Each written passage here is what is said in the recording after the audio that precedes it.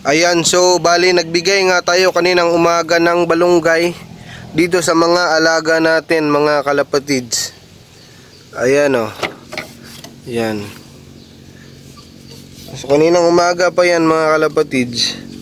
Ayan, parang ito hindi kinain ng dito na nag-resell. So ito na yung update sa inakay niya. Ayan o, malaki na yung inakay ni Grisel.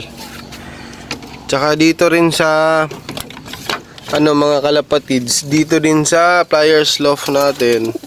Ayan, nagbigay tayo ng balunggay. Ayan, meron ng nalaglag doon sa ubos. Sa ilalim pala. Ayan na sila. So, bad news nga dito mga kalapatids, yung dalawang nag-overfly hindi na nga nakauwi. Ayan na. Tsaka dito rin mga kalapatids, nagbigay din tayo ng balunggay. Ayan. Tsaka dito kinaraya. Ayan. Wala nang paso dyan kinaraya. Tinanggal na natin kasi gagawin na natin yung flyer. I-recover lang natin. Tsaka papasok natin dun sa Pliers Loft. So meron tayong dalawa dyang kunin sa Pliers Loft na flyer natin. Gagawin nating breeder. Try natin kung pipitik ba yung inakay.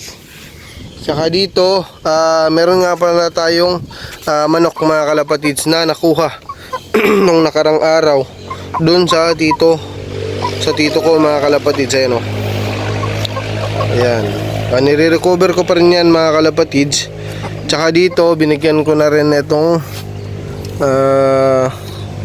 binigyan ko na rin ng balunggay etong mga warrior ng kapatid ko. Ayan. Ayan. So yung dalawa dyan mga kalapatids is tipler yan. Tsaka yung isa iwan ko kung yan ang pinaka pangalawang breed ko yan nung nag-umpisa ako. Di ko na maalala kung anong linyada. Tsaka dito mga kalapatids malapit na nga rin tong mangitlog etong isang pares natin dito na Kuya Romeline at saka Ate Jennifer Line. Ayan, nagbigay rin tayo dito ng balunggay. Ayan o, may balunggay. So malapit na rin tong magitlog mga kalapatids kasi nga ayan o, yung hen tumutong na dyan sa paitlogan. Ayan. So check natin kung may itlog na. Ayan, wala pa, tumayo siya. Ayan, wala pa mga kalapatid. So etong balunggay nga, ayan, nakakain naman sila. Ayan o, kung mapapansin nyo, merong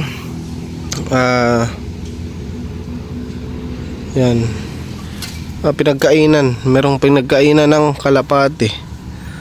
Ayan. And so meron nga pa tayong update dito sa loob ng loft natin, sa isang breeder natin. Etong mama ni Raya nga is yung isang itlog hindi nga natuloy sa pagpisa. Siguro dahil nga yun sa ulan tsaka sa init. Ngayon nga mga kalapatids, lumabas na yung araw. Tsaka eto na lang yung natira na YB. Ayan o, sungit pa na itong tatay.